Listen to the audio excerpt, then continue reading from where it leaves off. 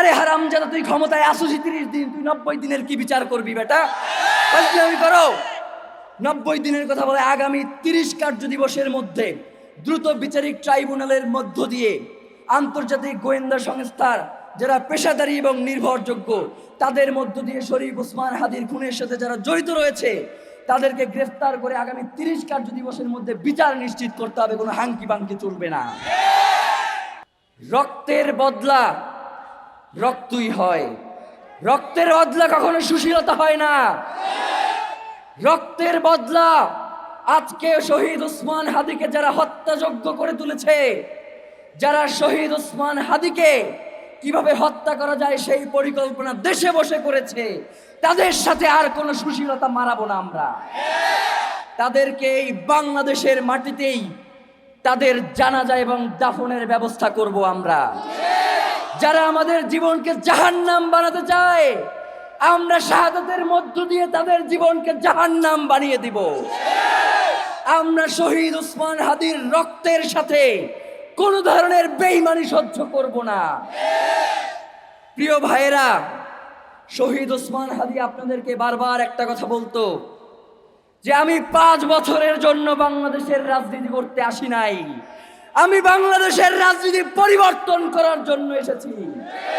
যারা বাংলাদেশের রাজনীতিকে ক্ষমতা এবং দখলদারিত্বের মাধ্যমে রাজনীতি করতে চায়, আমি তাদের জন্য বাংলাদেশের রাজনীতিকে কঠিন করে দেওয়ার জন্য এসেছি। আপনারা দেখেছেন শহীদ ওসমান হাদি জীবিত থাকা অবস্থায় ফজরের পরে বিভিন্ন মসজিদের সামনে গিয়ে আপনাদেরকে গিয়ে দাঁড়াইতো, বলতো যে আমারে ভোট দেয়া লাগবে না, আপনারা বাংলাদেশের এমন কাউকে ভোট দেন যে ইনসাফের কথা বলে, যে বাংলাদেশের স্বাধীনতা সার্বভৌমত্বের পক্ষে লড়াই করে, যে বাংলাদেশকে চায় দিল্লির দাসত্ব থেকে বেরিয়ে আসুক, তাকে আপনারা ভোট দেন। সুতরাং শহীদ ওসমান হাদির যে আদর্শ, যে শত্রুর সাথেও আমাদেরকে ইনসাফ করতে হবে। অনেকেই আমাদেরকে ভুল বোঝান যে শহীদ ওসমান হাদি এইটা পছন্দ করতেন না, শহীদ ওসমান হাদি এই কাজ করতেন না। আমরাও বলি শহীদ ওসমান হাদি যেই কাজ করতেন না, আমরাও সেই কাজ করব না। শহীদ ওসমান হাদি সহিংসতা পছন্দ করতেন না। তার মৃত্যুর পরে বাংলাদেশের ইতিহাসে সর্ববৃহৎ জানাজা হয়েছে। এই 12, 14, 15 লাখ লোককে যদি আমরা বলতাম যে শহীদ ওসমান হাদির রক্তের বদলা নিয়ে আপনাদেরকে এই ঢাকা শহর ছাড়তে হবে, তারা তার রক্তের বদলা নিয়ে এই ঢাকা শহর ছাড়তো। কিন্তু আমরা তাদেরকে বলেছি যে কোনো ধরনের সহিংসতার মধ্যে আমরা যাব না, আমরা বাংলাদেশকে স্থিতিশীল রাখতে যা যা করবার দরকার হয় আমরা তাই করব।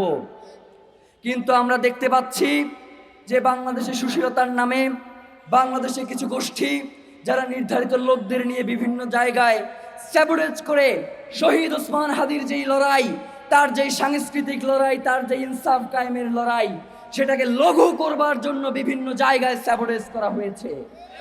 এবং প্রতি সময়ে আমরা দেখতে পাচ্ছি যে তারা শহীদ ওসমান হাদির যে আদর্শ, সেই আদর্শকে বিলীন করে দেওয়ার জন্য বিভিন্নভাবে মিডিয়া, সোশ্যাল মিডিয়াগুলোতে তারা প্রোপাগান্ডা চালাচ্ছে। আমরা আপনাদেরকে বলে দিতে চাই, শহীদ শরীফ ওসমান হাদি বাংলাদেশের জন্য এমন এক নক্ষত্র, শহীদ ওসমান হাদি বাংলাদেশের জন্য জুলাইয়ের এমন এক প্রাণ। আপনারা যতই চেষ্টা করেন না কেন, শহীদ ওসমান হাদিকে আপনারা কোনোভাবেই জনতা থেকে বিচ্ছিন্ন করতে পারবেন না। শহীদ ওসমান হাদি আবাবিল হয়ে আসমান থেকে বাংলার জমিনে নেমে আসবে। শহীদ ওসমান হাদির এই ইনকিলাব বাংলাদেশের মানুষের স্বাধীনতা সংগ্রামের কথা বলবে, তাদের জুলাইয়ের কথা বলবে, ইনসাফের কথা বলবে।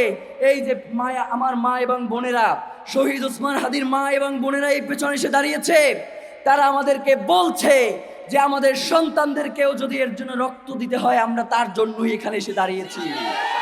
প্রিয় ভাইয়েরা, একটা কথা আপনাদেরকে মনে করিয়ে দেই যে আপনাদের এই মিডিয়ার সামনেই শহীদ ওসমান হাদি বারংবার বলেছে যে বাংলাদেশের জমিনে আমরা দেখতে পাচ্ছি, আমরা যদি এই জুলাইকে যদি আমরা বাঁচিয়ে রাখতে না পারি, তাহলে বাংলাদেশের আকাশে এমন এমন অন্ধকার আসতে পারে যেটা আমাদের জন্য সেই অন্ধকার থেকে আলোর মুখ দেখা অসম্ভব হয়ে পড়তে পারে।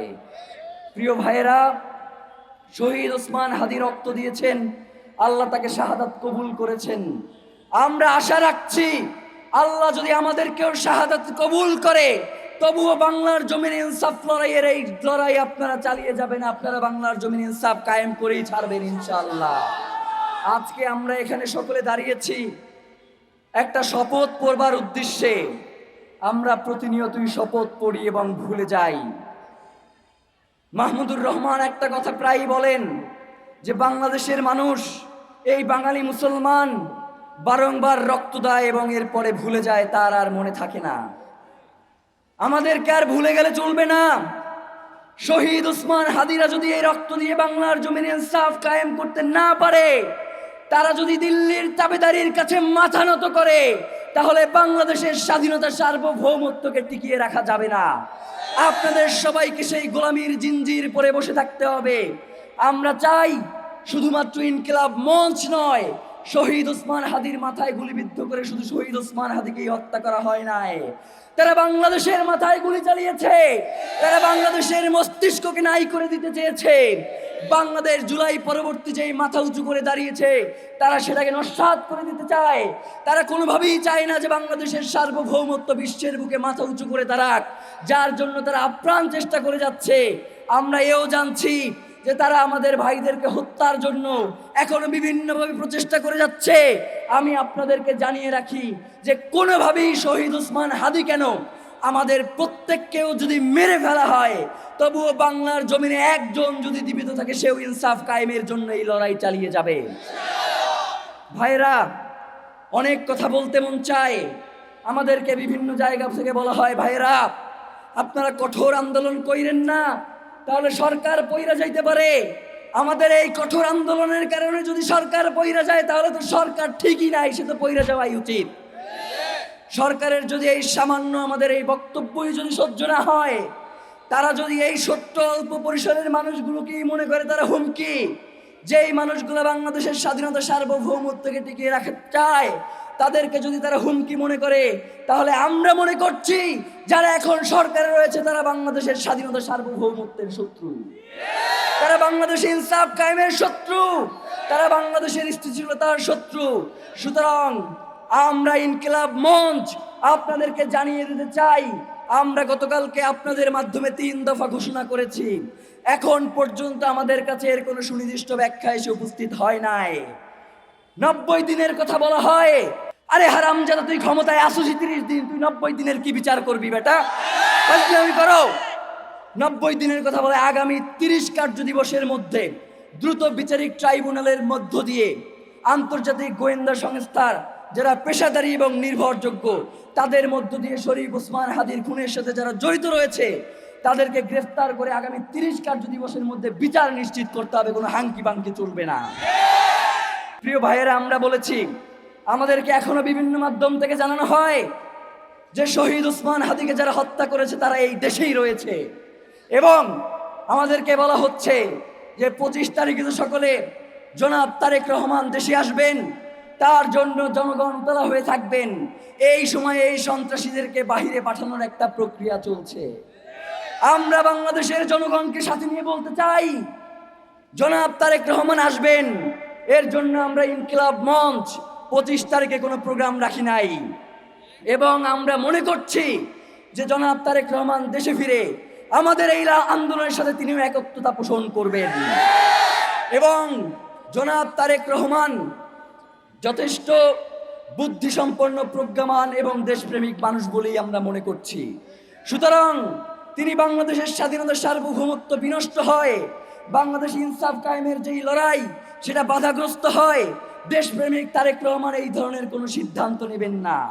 তিনি অবশ্যই যাতে অতি দ্রুত ওসমান হাদির খুনিদেরকে বিচারের মুখোমুখি করা যায় এবং 30 দিনের মধ্যে সেই বিচার কাজ সম্পন্ন করা যায়, সেক্ষেত্রে তিনিও আমাদের সাথে একত্রতা পোষণ করে এই আন্দোলনে সামিল হবেন।